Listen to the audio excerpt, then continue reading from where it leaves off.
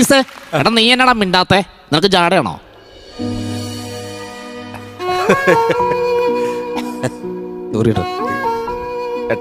അതേ പടി തിരിച്ചു കൊണ്ടിട്ടുണ്ട്. ഒപ്പം ഇത്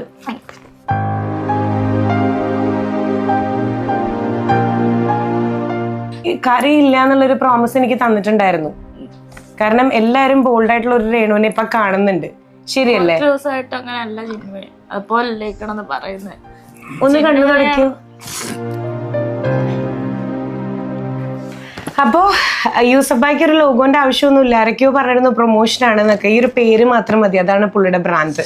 അപ്പോൾ യൂസഫായുടെ പെർഫ്യൂം അങ്ങനെ കടൽ കയറി സുധിച്ചേട്ടൻ്റെ മണവുമായിട്ട് ഞാൻ രേണുവിൻ്റെ വീട്ടില്, സുധിച്ചേട്ടൻ്റെ വീട്ടില് രേണുവിന് കൊടുക്കാനായിട്ട് ഈ ഒരു പെർഫ്യൂമായിട്ട് വന്നിരിക്കുക.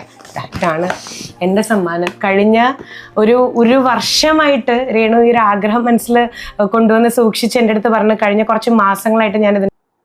ഹായ് ഫ്രണ്ട്സ്, എല്ലാവർക്കും പുതിയൊരു വീഡിയോയിലോട്ട് സ്വാഗതം. അപ്പോൾ ഞാനിന്ന് വന്നേക്കണത്, ഞാൻ ഇന്നലെ ഒരു വീഡിയോ കണ്ടിട്ടുണ്ടായിരുന്നു. വേറെ ആരുടെയല്ല, നമ്മുടെ ഇതിൽ നിന്നും മരണപ്പെട്ടു പോയ സുധിച്ചേട്ടൻ അറിയാത്തവരായിട്ട് ആരും ഉണ്ടാവില്ല. ഒരു കോമഡി താരമാണ്. അപ്പോൾ അദ്ദേഹത്തിൻ്റെ ഒരു സൗണ്ട് അനുകരിക്കുന്നതായിട്ട് ഞാൻ ഫ്ലവേഴ്സ് TV കണ്ടിട്ടുണ്ടായിരുന്നു കേട്ടോ. അപ്പോൾ അത് ഞാൻ നിങ്ങളുമായിട്ട് ഷെയർ ചെയ്യണമെന്ന് പറഞ്ഞിട്ട് വന്നതാണ്. അത് കേട്ടപ്പോൾ എന്തോ വല്ലാത്ത സങ്കടം തോന്നി. അത് എന്താണ്, അസീസും അതുപോലെ എന്താണ് നസീർ, അങ്ങനെ കുറച്ച് പേരുണ്ടായിരുന്നു. മറ്റേ ആളുടെ പേര് എനിക്ക്, അവർ 3 പേരും ഇരിക്കുകയാണ്. അപ്പോൾ അവർ കുറേ പേരിൻ്റെ സൗണ്ട് അദ്ദേഹം അനുകരിച്ചു. അപ്പോൾ ലാസ്റ്റ് ആരുടെയാണെന്ന് പറഞ്ഞിട്ട് സുധിൻ്റെയാണ് അനുകരിച്ചത്.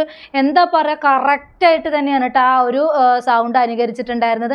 അത് കേട്ടപ്പോൾ എന്താ പറയുക, സുധി മരിച്ചിട്ടില്ല, ജീവനോടെ ഇരിക്കുന്നുണ്ട് എന്ന് തോന്നിപ്പോയിട്ടാ. അതുപോലെ തന്നെ അസീസിനെ അസീസെ നീ എന്താ മിണ്ടാത്തതെന്ന് ചോദിച്ചിട്ടുള്ള ആ ഒരു വിളിയുണ്ട്. എന്താ പറയുക, നമ്മുടെ ഹൃദയം പൊട്ടിപ്പോവും ആ ഒരു വിളി കേൾക്കുമ്പോൾ. അത്രയും ഹൃദയസ്പർശിയായിട്ടുള്ളൊരു വിളിയാണ് കേട്ടോ. അത് കേട്ടതും അസീസ് എന്താ പറയേണ്ടതെന്ന് അറിയാതെ തരിച്ചിരുന്നു പോയി കരയുകയാണ് കേട്ടോ. കണ്ണ് നിറഞ്ഞു പോവാണ്. ഒരു നിമിഷം ആ എന്താണ് സുഹൃത്ത് അടുത്ത് വന്നു എന്ന് അസീസിന് തോന്നിക്കാണും. അത്രയും പെർഫെക്റ്റ് ആയിട്ടാണ് ആ സൗണ്ട് വന്നിട്ടുണ്ടായിരുന്നത്. അത് പറഞ്ഞറിയിക്കാൻ പറ്റില്ല. ഭയങ്കര മാച്ചിങ്. ഒരാൾക്കും ഇതുപോലെ അനുകരിക്കാൻ പറ്റുമെന്ന് തോന്നുന്നില്ല. എന്താ പറയുക, അത്രയും സൗണ്ട് മാച്ചായിട്ടാണ് ആ ഒരു അത് വന്നിട്ടുണ്ടായിരുന്നത് കേട്ടോ. അപ്പോൾ ആ വോയിസ് ഞാനൊന്ന് നിങ്ങൾക്കൊന്ന് കേൾപ്പിച്ചു തരാം, ഒന്ന് കേട്ട് നോക്കൂ. ഹലോ. ഹലോ പ്രചോദേ, പറയടാ. ഓ എടാ, ഒരുപാട് സന്തോഷം. ഞാൻ കഴിഞ്ഞ ദിവസം നിന്റെ പ്രോഗ്രാം കണ്ടു കേട്ടോ, ഭയങ്കര രസമായിട്ടുണ്ട് അത്. സുധി എവിടെയാ ഇപ്പം? ഞാനിപ്പോൾ കോഴിക്കോടാ. ഞാൻ നമ്മുടെ ഷോ നാട്ടിൽ ചെറിയൊരു മാട്ടപ്പരിപാടിയൊക്കെ ആയിട്ട് വന്നതാണ്. ആണല്ലേ? വലിയ പേയ്മെന്റ് ഒന്നും ഇല്ല. അങ്ങനെ ചെറിയ പരിപാടി. അസീസേ, എടാ നീ എന്നടാ മിണ്ടാത്തെ? നിനക്ക് ജാടയാണോ?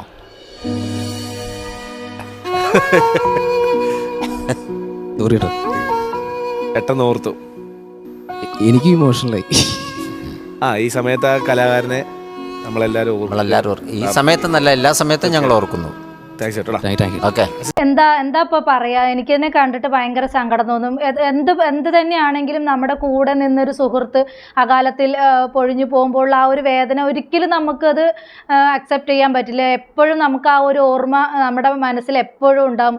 സുധി എന്ന് പറയുമ്പോൾ നമുക്കിപ്പോഴും നമ്മുടെ മനസ്സിൽ ഓർമ്മ നിൽക്കുന്ന ഒരു കലാകാരനാണ്. ഒരിക്കലും മറക്കാൻ കഴിയില്ല. അത്രയ്ക്കും ഇതായിട്ടുള്ള ഒരു കലാകാരൻ തന്നെയാണ്. എല്ലാ ഇതും അനുകരിച്ച്, അതുപോലെ തന്നെ എല്ലാവരോടും സ്നേഹം മാത്രമുള്ളൊരു വലിയൊരു മനസ്സിന് ഉടമയായിരുന്നു സുധി. അതുപോലെ തന്നെ ഒരുപാട് കലാകാരന്മാരും കലാകാരികളും പോയിട്ടുണ്ട്. അവരെയൊന്നും നമുക്ക് ഒരിക്കലും മറക്കാൻ കഴിയില്ല. അത്രയ്ക്കും നമുക്ക് നല്ല നല്ല ഓർമ്മകൾ തന്നിട്ടാണ് അവർ പോയിട്ടുള്ളത്. അതുപോലെ തന്നെ പെട്ടെന്ന് നമ്മൾ ഓർക്കാപ്പുറത്ത് നമുക്ക് അവരുടെ ആ സൗണ്ട് നമ്മൾ കേൾക്കുമ്പോൾ ആ ഒരു അവസ്ഥ നമുക്ക് പറഞ്ഞറിയിക്കാൻ പറ്റില്ല. ആ ഒരു ഇതാണ് ഇപ്പോൾ അസീസിനും ഉണ്ടായത്. എന്തായാലും ആ ഒരു കൂട്ടുകാരൻ്റെ ഇതിൽ എല്ലാവരും ഒരുപാട് സങ്കടം അനുഭവിക്കുന്നുണ്ട്. അതുപോലെ തന്നെ ആ കുടുംബമാണെങ്കിലും അവരെ പല രീതിയിലും അവരെ കുറ്റപ്പെടുത്തുകയൊക്കെ ചെയ്യുന്നുണ്ട്. സുധിയുടെ വൈഫിനെയും മോനെയൊക്കെ അവരും എന്താ പറയുക, അവർക്കും അവരുടെ വിഷമം അവർക്ക് അറിയുള്ളൂ. പിന്നെ ഇപ്പോൾ നമ്മൾ കാലത്തിനനുസരിച്ച് നമ്മുടേതെല്ലാം മാറും. നമ്മൾ ഒരാൾ മരിച്ചു എന്ന് പറഞ്ഞിട്ട് അത് ഓർത്ത് പിന്നെ നമ്മുടെ മനസ്സിൽ എപ്പോഴും അയാൾക്കൊരു സ്ഥാനം ഉണ്ടാകും. എങ്കിലും നമ്മളത് ഓർത്ത് എപ്പോഴും കരഞ്ഞുകൊണ്ടിരുന്ന നമ്മുടെ മക്കളെ നമുക്ക് നോക്കാനോ ഒന്നിനും പറ്റില്ല. അപ്പം നമ്മൾ സ്വാഭാവികമായിട്ട് നമുക്ക് എങ്ങനെയെങ്കിലും അത് മറക്കേണ്ടി വരും. മറക്കുമല്ല, നമ്മുടെ മനസ്സിൽ എന്നും ജീവിച്ചിരിക്കും. പക്ഷേ മക്കൾക്ക് വേണ്ടി നമ്മൾ അത് കുറച്ചൊക്കെ മാറ്റി വെച്ച് നമ്മൾ മക്കളെ ശ്രദ്ധിക്കും. ഇപ്പോൾ രേണുവാണെങ്കിൽ നല്ല കുറച്ചൊക്കെ ഒരുങ്ങി നല്ല മുടിയൊക്കെ ഇതാക്കിയിട്ട് വന്നു കഴിഞ്ഞാൽ അവർ പറയണത് അവർക്ക് വിഷമമൊന്നുമില്ല, എന്താണ് അങ്ങനെയാണ് ഇങ്ങനെയാണ് എന്നൊക്കെ പറഞ്ഞ് ഓരോന്ന് പറയണം. അതുപോലെ തന്നെ എന്താണ് ഒരു അവതാരക ഉണ്ടായിരുന്നില്ല, അവതാരിക സുധീൻ്റെ ആ ബ്ലഡ് ഇതായിട്ടുള്ള ഒരു ഷർട്ടിന് വെച്ചിട്ട് ഒരു പെർഫ്യൂമൊക്കെ ഉണ്ടാക്കിയിട്ടുണ്ടായിരുന്നു.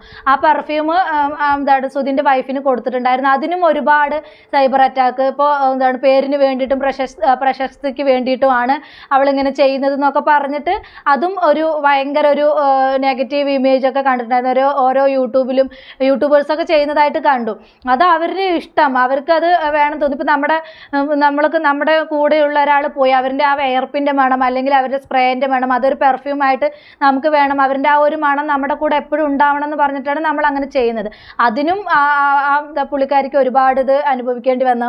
എന്തായാലും ഇങ്ങനൊരു സൗണ്ട് സുധി മരിച്ചിട്ട് ഇപ്പോൾ ഇത്ര വർഷമോ 1-2 വർഷമോ ആവുമെന്ന് തോന്നുന്നു, 1 വർഷമോ 2 വർഷമോ.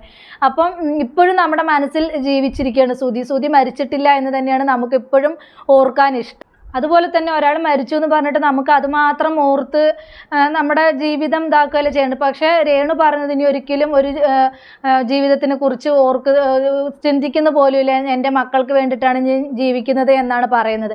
അപ്പോൾ അത്രയും ആ പുള്ളിക്കാരുടെ മനസ്സിൽ ആ സുധിനോടുള്ള സ്നേഹമുണ്ട്. അപ്പോൾ അവരെ പോയിട്ട് ഇനിയും വെറുതെ ഇങ്ങനെയൊക്കെ പറഞ്ഞ് അവരെ വേദനിപ്പിക്കാതിരിക്കുക, അവരെങ്ങനെയെങ്കിലുമൊക്കെ ജീവിച്ചു പൊക്കോട്ടെ. എന്താ പറയുക, ആരെയും സഹായിക്കൊന്നും വേണ്ട, ആരെയും ഉപദ്രവിക്കാതിരിക്കുക, സഹായിച്ചിട്ടില്ലെങ്കിൽ ഉപദ്രവിക്കാതിരിക്കുക, അവരെ എങ്ങനെയെങ്കിലുമൊക്കെ ജീവിച്ചു പൊക്കോട്ടെ. അപ്പോൾ പെട്ടെന്ന് ഇങ്ങനെ ഒരു സൗണ്ട് കേട്ടപ്പോൾ ഭയങ്കര ഹൃദയസ്പർശിയായിട്ട് തോന്നി. അതാണ് ഞാൻ നിങ്ങളുമായിട്ട് ഷെയർ ചെയ്യാമെന്ന് പറഞ്ഞിട്ട് വന്നത്. എന്തായാലും അസീസിനും അതൊരു പെട്ടെന്ന് കേട്ടപ്പോൾ ആ ഒരു ഇത് വന്നിട്ടുണ്ടാവും മനസ്സിൽ, സുധി പോയിട്ടില്ല എന്നൊരു ഓർമ്മ മനസ്സിലോട്ട് വന്നിട്ടുണ്ടാവും. അതാണല്ലോ ആ ഒരു സുഹൃത്ത് ആ സൗണ്ട് കേട്ടതും അസീസെ എന്ന് വിളിക്കുമ്പോൾ ആ ഒരു ഞെട്ടലോടുകൂടി കണ്ണ് നിറയുന്നതും അതുകൊണ്ടാണ്. അപ്പോൾ സുധീൻ്റെ സൗണ്ട് ഒരിക്കൽ കൂടി കേൾക്കാൻ കഴിഞ്ഞതിൽ ഒരുപാട് സന്തോഷം.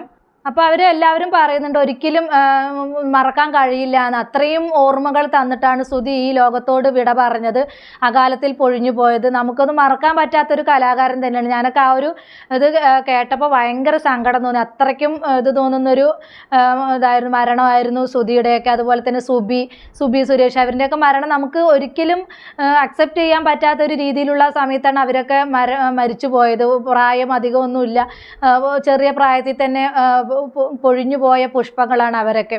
ഒരുപാട് കലാകാരന്മാർ. അപ്പോൾ ഇവരുടെയൊക്കെ വേർപാട് നമ്മളെ ഒരുപാട് സങ്കടത്തിലാക്കും. അതുപോലെ ഒരു ആൾ തന്നെയാണ് സുധിയും. അപ്പോൾ സുധിയുടെ സൗണ്ട് ഒന്നുകൂടെ കേൾക്കാൻ കഴിഞ്ഞതിൽ ഒരുപാട് സന്തോഷം. എന്താ പറയുക, ആ സൗണ്ട് അതേപോലെ തന്നെ ഉണ്ട്. അപ്പോൾ ഈ ഇത് കേൾക്കുകയാണെങ്കിൽ എന്തായാലും രേണുവിനും ആ സൗണ്ട് വേണമെന്ന് പറയുമായിരിക്കും, അത്രയും ഇതായിട്ടാണ് പറയുന്നത്.